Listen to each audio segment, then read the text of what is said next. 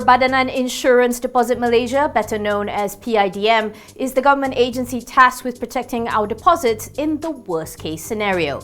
With current issues in the global banking system sparking fears of contagion, how do agencies like PIDM prepare in case everything goes south? This is the question we asked PIDM CEO Rafiz Azwan Abdullah. I think right now, especially for a lot of people, banks and the security of banks is front of mind, mostly because of the failures of the banks that you saw both in the US and in Europe. Yes. In the US, it's newer, but in Europe, it was an old institution that people always thought of as solid. When PIDM sees instances like this, does it make you worried? Because for me, when I look at it, it wasn't just that it happened because banks have failed before. It was the speed at which it happened. Correct. It seemed to literally have happened over a weekend. You know, so when PIDM sees instances like this, I mean, what's your first reaction? The collapse of Silicon Valley Bank, SVB, or Credit Suisse has rattled the financial market worldwide, actually. A few lessons that we see from this. First is that, hey, failure can happen at any time. Correct. Out of the blue. Yes, exactly. And most of the time at incredible speed. Sparking confidence crisis, more banks will fail. This is vicious cycle. So trust is very, very important for financial stability. Once lost, intervention of the authorities, we have seen in the US, will have to be significantly much more and most likely to be costly. Yes. So relating it back to PIDM, recognizing the importance of acting swiftly and effectively to maintain public confidence at a time of failure of crisis. That's why we have been operating with just-in-case kind of approach. Just in case something happens, we know what to do. I would like to stress that deposit protection itself may not be sufficient. Right. It has to be supplemented in tandem with an effective resolution framework. That's so that the authorities can make swift and decisive actions during the crisis. So let's talk about it now because I think, like you said, people really knew the other role, but this resolution planning, can you break it down for people who basically either don't want to know or they're not sure about what it is? You were talking about just-in-case planning. Yes. So resolution planning, is that part of it? So what is resolution planning? Resolution planning essentially is pre-planning for failure during good time. It's like writing a will. What we will do now, working with member banks, hey, let's come up with a plan. If something happened to you, what is the action that we're going to take? What are the plans that are there? So that we can quickly react, whether we want to wind it down, we want to continue operations, or even transfer it to a buyer or a bridge institution. So the key is to get the members to the state of transfer ready at all times. So when something happens, that we can do something about it. As well as identifying the impediment to resolution now, during good time.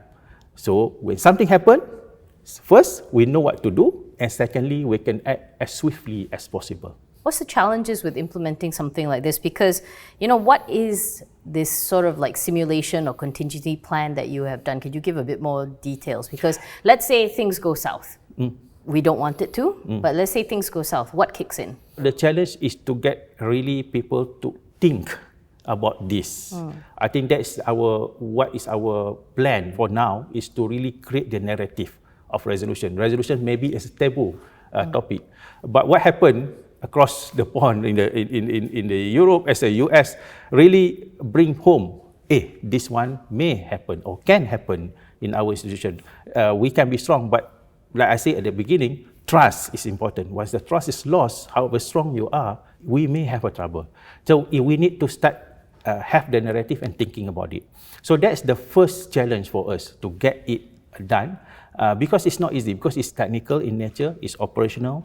We may have to do some changes here in terms of the structure as well as the systems that they have. But surely we will work together with them, and hopefully we can be more prepared as a whole. I think a lot of people will argue, or in fact Bank Negara themselves have actually said that so far our buffers are okay, our financial is stable. So a lot of people will ask, is this overkill? Do you think it's overkill? The ripple effect, the confidence crisis for banking is something that we have to really bear in mind. Okay, don't take things for granted.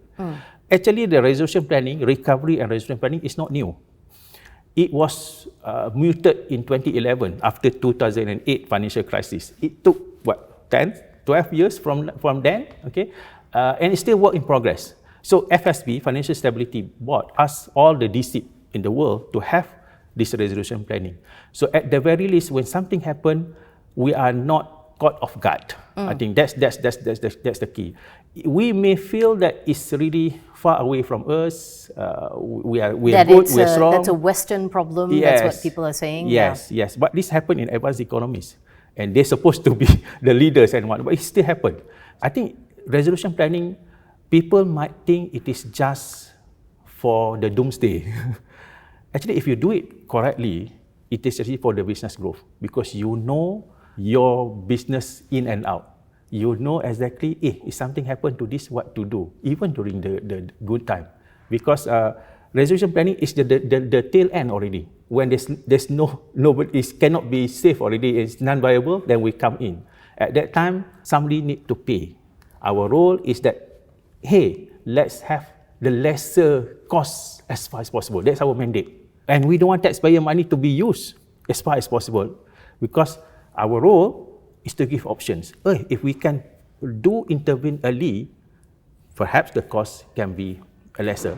Trust is so important. Correct. Trust is very important when it comes especially to people's money, and people are already jittery about their money. So in cases like making sure that people are still trusting the financial system, trusting the banks, where does PIDM, the Bank Negara framework come into mind, helping build this trust? The mere existence itself is key, and how we work together, how we be seen to the public. Bank Negara is doing a primary supervisory role. They are supervising the industry as a whole, preemptive measures to prevent something from happening and get the industry to a certain level.